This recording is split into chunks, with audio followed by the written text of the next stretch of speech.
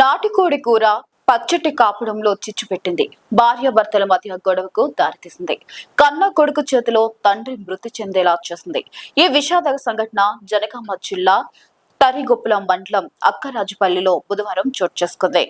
SI Sridevi తెలిపిన వివరాల ప్రకారం గ్రామానికి చెందిన జంగిటి రమేష్ మంగళవారం రాత్రి 10 గంటలకు ఒక నాటుకోడిని తీసుకుని వచ్చారు. కూర వండమని భార్య అనుషకు చెప్పారు. చేపల కూర చేశాను, ఇప్పుడు వద్దని ఆమె చెప్పింది.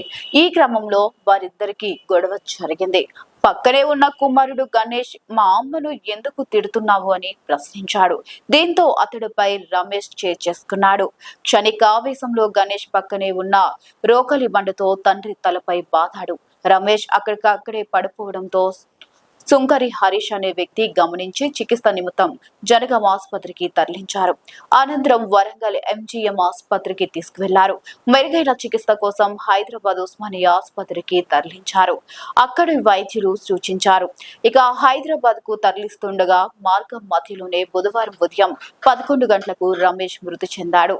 మృతుడి సోదరుడు శ్రీనివాస్ ఫిర్యాదు మేరకు పోలీసులు కేసు నమోదు చేశారు. నిందితుడిని అదుపులోకి తీసుకున్నారు. ఇలాంటి మరిన్ని అప్డేటింగ్ వీడియోస్ కోసం ఫాలో అవ్వండి Z24 ఆంధ్ర.